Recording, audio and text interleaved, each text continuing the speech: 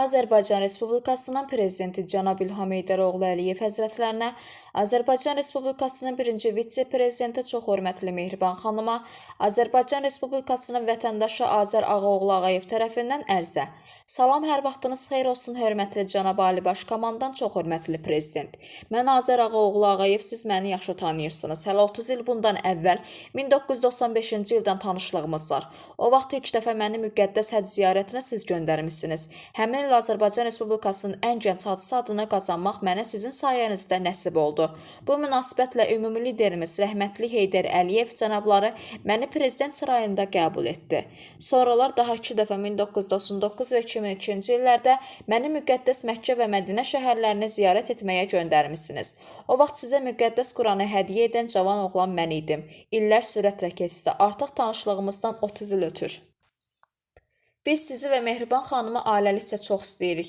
Rəhmətli atam da uzun illər sizin rəhbərliyiniz altında fəaliyyət göstərib. Sizin xüsusilə də Mehriban xanımın diqqətini həm maddi və həm də mənəvi dəstəyiniz üçün illərdir hiss edirik. Biz də ailəlikcə hər zaman sizə namazda dua edirik. Cənab Prezident İlham Əliyev və çox hörmətli xanım Mehriban Əliyeva. Başıma xoşa gəlməz bir hadisə gəldiyini bilirsiniz. Hələ 2023-cü ildən övladlarımın arxası ilə İrana səfər etdim. 90 gün mübarizə apardım. Yüzlərlə məktub yazdım, yüzlərlə qapı döydüm. Övladlarımı tələb etdim. Övladlarımın İranda oxumasının, İranda yaşamasının əleyhinə olduğumu bildirdim. Məhkəmələrə, polisə, İranın Xarici İşlər Nazirliyinə, Təhsil Nazirliyinə, Cəmaət-ül Mustafanın rəhbərliyinə müraciət etdim. Amma maraqlısı budur ki, mən şikayətçi ola-ola İran məni həbs etdi. 25 gün zindanda qaldım. 16 gün dərmanlarım verilmədi. Sonra sizin dəstəyiniz və köməyiniz sayəsində azadlığa çıxa bildim. Cənab Prezident və çox hörmətli Mehriban xanım. 2022-ci ildə uşaqlarımın anası Mehbaliyeva Xalidə İgidallı qızı məndən icazəsiz və xəbərsiz 4 övladımı da götürüb Cəfər Babayev adlı bir şəxsə qoşulub İrana gedib. Hələ o vaxtdan bu xəbər eşidən kimi dərhal İrana getdim. Amma mən nə qədər axtarsam da izlərinə düşə bilmədim. Daha sonra Azərbaycanın Xarici İşlər Nazirliyinə müraciət etdim ki, övladlarımın İrandan geri gətirilməsi üçün kömək etsinlər. Xarici İşlər Nazirliyi İranın Azərbaycandakı səfirliyinə rəsmi nota göndərərək atanın 4 övladını tələb etməsini onların diqqətinə çatdırdı. İran səfirliyi notaya cavab olaraq bildirdi ki, ata özü İrana gedərək uşaqlarını tələb etməlidir. Mən də bir daha 2023-cü ildə övladlarımın arxası ilə İrana səfər etdim. Amma İranın xüsusi xidmət orqanlarının əməkdaşları Sepah və Etalət Cəmaət-ül Mustafadakı rəsmi nümayəndəsi kimi özünü təqdim edən Ənsari və qeybi familyalı şəxslər açıq şəkildə mənə dedilər ki, uşaqlar Azərbaycana verilməyəcək. Bu bir mənalıdır. Onlar mənə təhdid etdilər ki, bu işin üstünə getməyin. Əks halda həbs olunacağam dedikləri kimi də oldu. Məni həbs etdilər və 25 gün zindanda saxladılar. Sadəcə həbs olunacağımı hiss etdiyim üçün məsələni ictimailəşdirməyə başladım. Bütün mətbuat və informasiya orqanlarına müraciət etdim.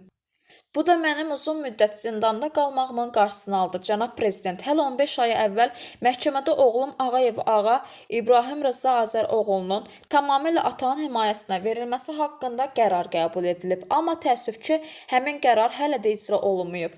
Dəfələrlə Xarici İşlər Nazirliyinə, Ədliyyə Nazirliyinə, İranın Bakıdakı səfirliyinə, Azərbaycanın Təbrizdəki baş konsulluğuna, Azərbaycanın Tehrandakı səfirliyinə rəsmi müraciət etsəm də məsələ hələ də həllini tapmayıb. Mən də atayam, mən də övladlarımı görmək istəyirəm. 5 il, 55 ay, 1700 gündür ki, balalarımın üzünə həsrətəm. İran məqsədli şəkildə uşaqları geri qaytarmır. 4 Azərbaycan övladının həyatı İranda qaranlıq içindədir.